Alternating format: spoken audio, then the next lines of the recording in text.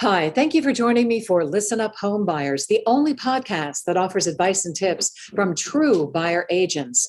I'm Victoria Ray Henderson. I'm a broker with the Buyer Brokerage in McLean, Virginia, and I am so happy to have with me Rona Fischman with HomeBuyers Real Estate LLC in Cambridge, Massachusetts. Andy DeFelice, Exclusive Buyers Realty in Savannah, Georgia, and Charlotte Lemon, Real Buyers Agent in Charleston, South Carolina. Thank you so much, ladies and brokers, for joining me. Hi, good morning.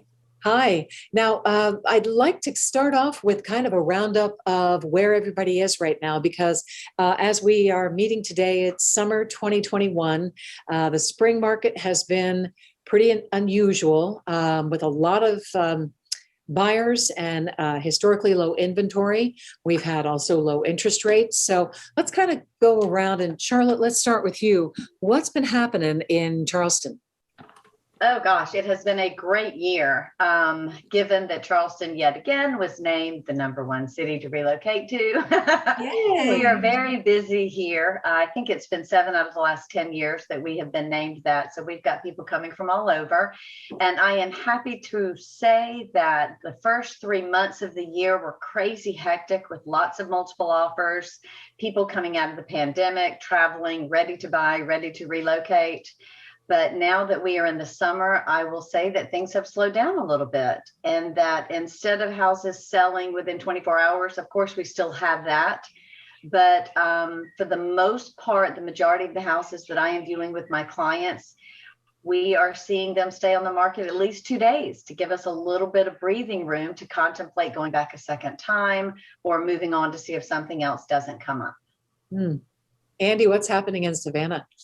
So similar to Charlotte, we've had a real hectic first quarter of the year, and now things are slowing down a little bit. I know a month and a half ago, almost every offer I was writing had an escalation clause in it, and we would win most of those. Not using that so much now because it is loosening up a bit in certain areas of our market, not in all of them, but it is relaxing a tiny bit. Our buyers are still getting fatigued with the multiple offer missing out, but not as bad as it was before. And I am starting to see longer days on market. I'm also starting to see a little bit of a price decrease. I think the listing agents now, after the house sits on the market for a week, they're starting to drop the price a little bit. So, and I'm seeing our appraisers getting much better at really valuing the house at an accurate value, where at the beginning of all of this, appraisals were coming in high. As were the prices. And now I think things are starting to level off a little bit. We're not flipping to a buyer's market by any stretch of the imagination yet, but it is softening to a degree, which is wonderfully relaxing for my buyers. Yeah. And Rona, how about what's happening in Massachusetts right now? So Massachusetts is strongly seasonal, unlike my colleagues in the South. We're very tied to the academic year, because both people with children and a lot of the employees who work in this area are working at the colleges. So we're very seasonal. And because we're so seasonal, our market in a normal quote year, our market will slow down when we get to the point where buyers can't buy and be settled before school starts. Mm-hmm. And we're starting to see the beginning of that part of the season. And it almost feels like a normal summer doldrum, which makes us very happy. Yeah. Because the spring was unusually busy. And it was because there was a lot of demand and there was not enough supply. So without, supply and demand is supply and demand, but this was supply and demand like tenfold normal. Yeah. So we were also seeing it comes on the market on Thursday. People can see it Thursday, Friday, Saturday, Sunday, offers Monday night or Tuesday night. Some of them were like, we can't get everybody in, so we have 15-minute appointments. And, I can't pick a pair of shoes in 15 minutes. How can somebody pick a house in 15 minutes? So it was very demoralizing for our buyers and for my agents. And around Memorial Day, it started to get a little bit more normal.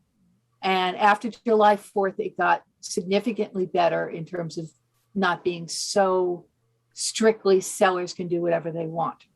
The bragging rights right now is in the past 5 offers of one of my agents, Dave. 5 of the last 5 offers, 4 of them have been under asking price. And it was like a week or 2 on the market. So this is what's happening is that the public is now trained that if it's still on the market on Wednesday, something's wrong with it. Mm-hmm. Mm-hmm. And we're using that to our advantage, and it's working out very well. The other thing that's happening is what we call silver meddling, which is that we make an offer, we're offer number 2, they accept offer number 1.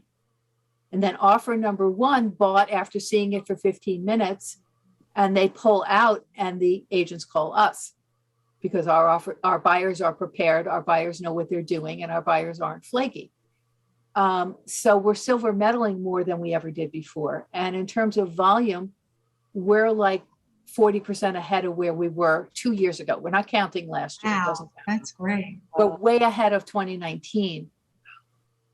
So we're considering we're getting beaten up seller's market, we're really, really happy here at For Buyers Real Estate. Good. Right. Yeah. Charlotte, you do have that kind of a beach thing going on. What are there different strategies or different things that are happening in your market that are working for your buyers? I have never heard of this silver medaling, so that's a really interesting way of phrasing it. That's really awesome. My market. Let me interrupt. The credit for that is Ron Rothenberg, who's also a member of NAEBA. Okay.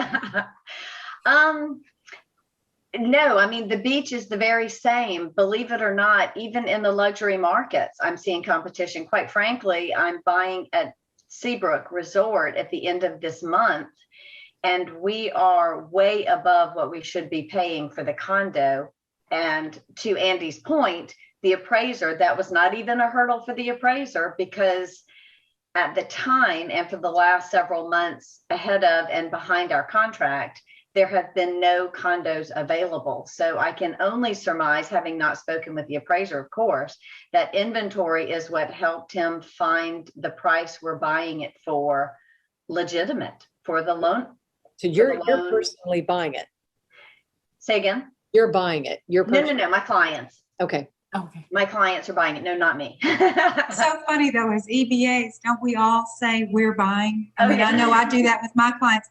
We bought this house 3 years ago, or we just got one under. It's always a we and not a they. Right. Because we are such a team with our, right? That's I mean, I'm not at all surprised to hear you say, My I'm offer buying. was accepted. Exactly. Right. We got it. We got it. Yeah. I mean, I think that's one thing that sets us apart from traditional realtors is we truly do see this as a partnership with our clients, not just a they and us kind of. I love that you said that, Charlotte. That makes me so happy. Right. That's great. It's a genuine relationship that we form with our clients. So we hurt when they hurt, and we celebrate when they celebrate. Yeah, that is so true. That's great. Andy, what's happening in Savannah with you? Tell some of the stories that are. My poor sweet client. Well, I have a couple of clients right now that are desperate to sell what they have. I sold it to them a couple of years ago, and due to job relocation or family changes, they are so desperate to buy somewhere else in our market. So we go look at houses, and I keep saying, guys, you got to get your house on the market. And of course, in this market, we're still, and they both have very desirable homes. So when they put it on the market, it's going to go. And one of them in particular has a very small infant and 2 dogs. And I said, when they called me, okay, where are you going to go? Because the minute you put your house on the market, it's going to be gone in like 2 days. And sure enough, they won't put it on the market because they're terrified they won't have somewhere to put their baby. So I'm struggling with that because they continue to want to go look. And I keep saying, no seller is going to consider a contingency on the sale and close of the house, especially if we don't even have it on the market. Yeah. I mean, at least get it listed. I have had clients moving from other parts of the country in similar situations. They have no choice. So what I've done with that, and I've been successful with it, I have their listing agent put together basically a CMA on their house that I can present to the listing agent and the seller on the house that we're buying that says, average days on market in this neighborhood is whatever. And here's the statistics to support this house is going to sell quickly. So that's been a nice thing to support an offer with a contingency to sale. Yeah, I'm just going to jump in since this is a video for a lot of people who are first-time home buyers, just to kind of give a quick explanation of some of these terms. So what we're talking about is when there's a person who is going to sell their house, they will have, in some cases, a need to have a contingency, meaning they'll have to sell that house in order to have the money to buy their next house. And the idea or the hope would be that that wouldn't be the case. Because any time that you're in a competitive situation, if you've got somebody who, a seller who is looking at all the different offers coming in, if somebody has to sell their property before they can buy the seller, the house that is the desirable house, that is going to slow the process, and that could potentially put your offer at the bottom of the stack. Anybody want to add to that, Franny? Yeah, I would sort of say, as a buyer, you should always think about what the seller is thinking. And the first thing the seller is thinking is how much. And the second thing the seller is thinking is what can go wrong. And if what can go wrong is the sale of another property, which means a whole another set of things could go wrong. Yep. The inspection could fail. The buyers could fail to get a mortgage. The buyers could lose their job and fail to get a mortgage, all kinds of things. Yep. So the seller wants the least amount of risk, and a contingent on the sale of another house is a huge risk. And I've been doing this a long time. I've been doing this for almost 30 years. And once we have gotten an offer accepted with contingency to buy in, to sell their other house. Mm-hmm. And I would suggest, and you'll have to find out if it's legal in your area, but the way around it for people who are trading up or trading down, who have to sell their house first in our market, we do what's called a use and occupancy, which is not a tenancy. Because you don't want to rent back, because that creates a lot of rights as a tenant. But here we have what's called a use and occupancy that says the sellers can live in the house for whatever the mortgage lender will let you do, which is usually 90 days. So that sometimes works, because then they can get it under agreement and they know they have 3 months to find another place. Right. And the other thing is having a contingency in the sales agreement, just making sure that the buyers know that they won't be able to move in for that long. And in a market like this, they'll still be buyers. Oh, yeah. Yeah. We have post-doc. That works here. That's a good point. Charlotte, did you want to say something? I saw you raising your hand. No, I was just, I thankfully have not had the situation where my clients were in that transitional phase of selling and then needing to buy. Most of my clients have sold their house because their market is so much like ours. And so they have sold their house. They are thrilled that they have gotten the amount of money they have. And so they are choosing to stay where they are and rent, or they're coming to Charleston to rent to see better where their commute will be best suited for them to get to and from work. So thankfully, I understand that it is a huge issue, as you've just talked about, Rona, but I have not encountered it myself, thank goodness, because it is tricky trying to sell, close, and buy the next one without having to move twice. Yeah. Well, like I said, even to get a seller to consider it is just not in this market.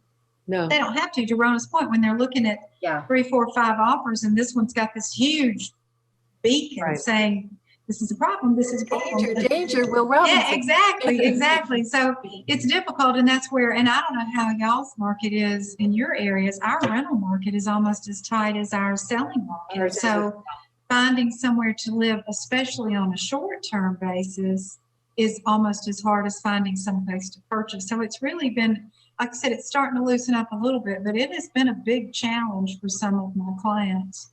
As far as, I put a couple of people in vacation rentals, and they've stored their furniture because that really was the only option for them to do in a short term. And that adds to their expense and their stress and their aggravation. So it's a lot.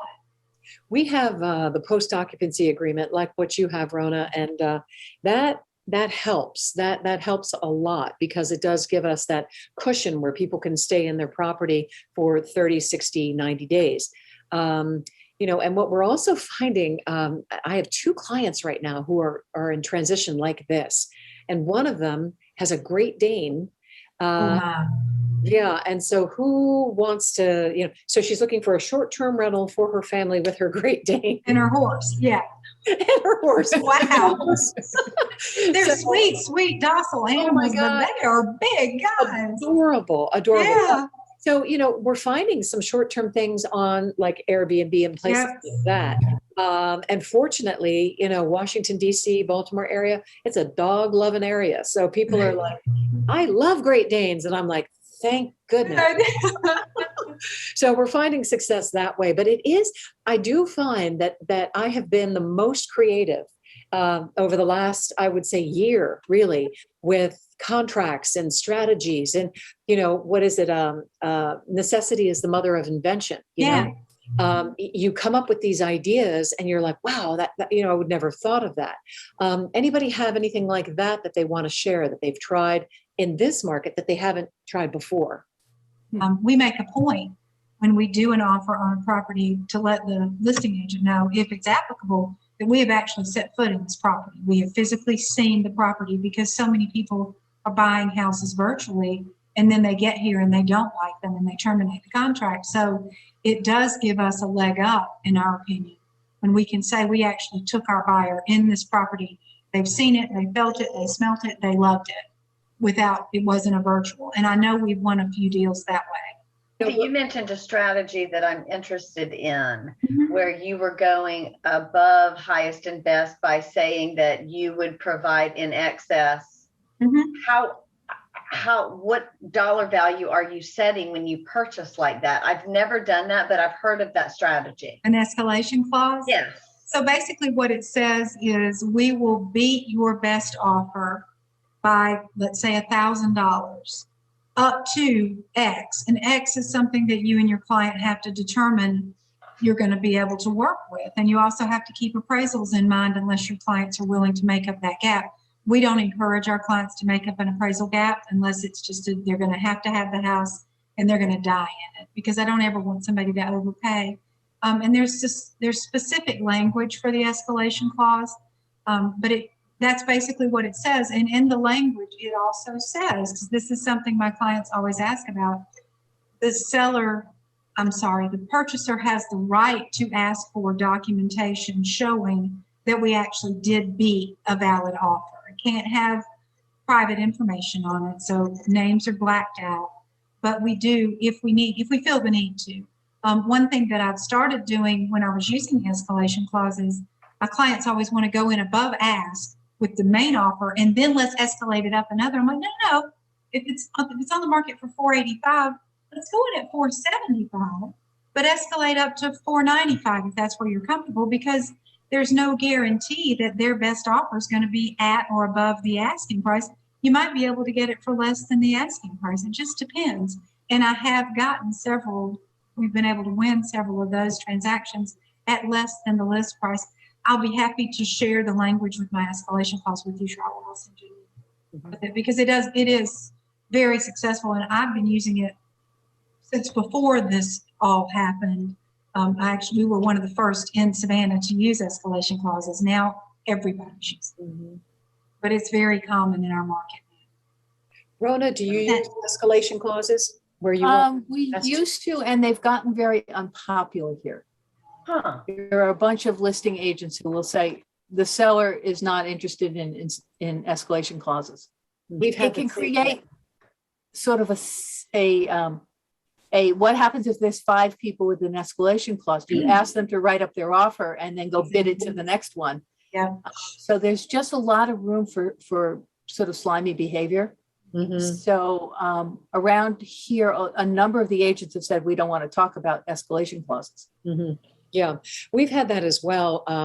Sometimes I think it's just the sheer numbers of it's the math that they don't. That's what I was going to say. It's trying to do the math.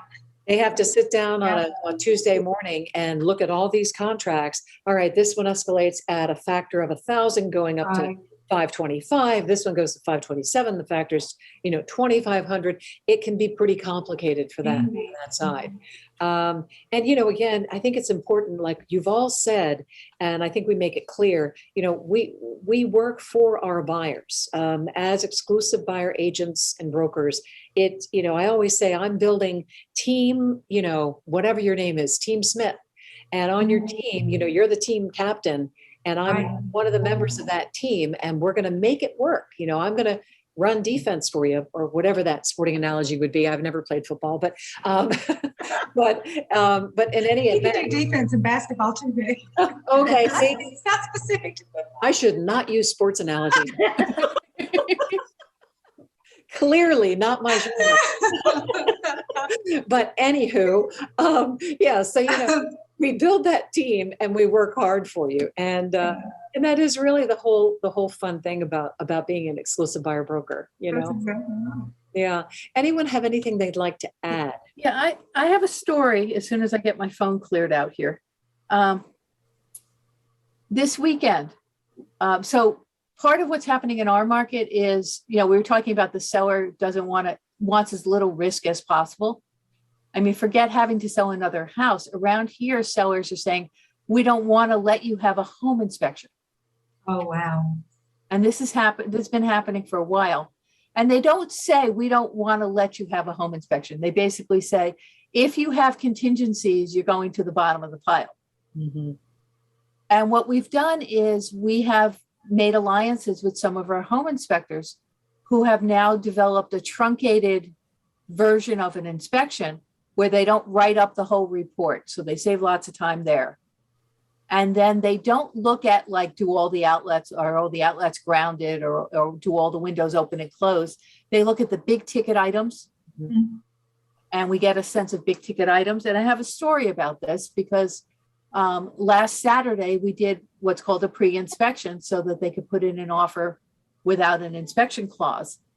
And the inspector took his drone up to look at a rubber roof that was done this year on the top of a dormer of this house. And that's the rubber roof. Oh my goodness. Wow. What's going on? They did not even flatten the Bubbling rubber. up. It's not Look at adhered. that. Oh my gosh. Thank God. And our buyers didn't get the property because they were overbid, but whoever overpaid for it and didn't have a home inspection is going to have a leaky roof in a couple of years. Wow. And That's amazing. we have a policy in our office that everybody gets a home inspection. Yeah. And this is why. Yeah, that's a wonderful tool. That is a wonderful tool. I also think it's so cool that this guy uses a drone. There's a drone, right?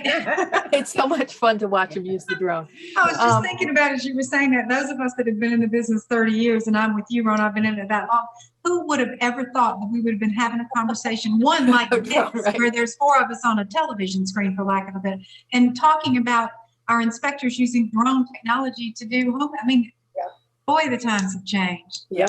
Amazing. And thankfully.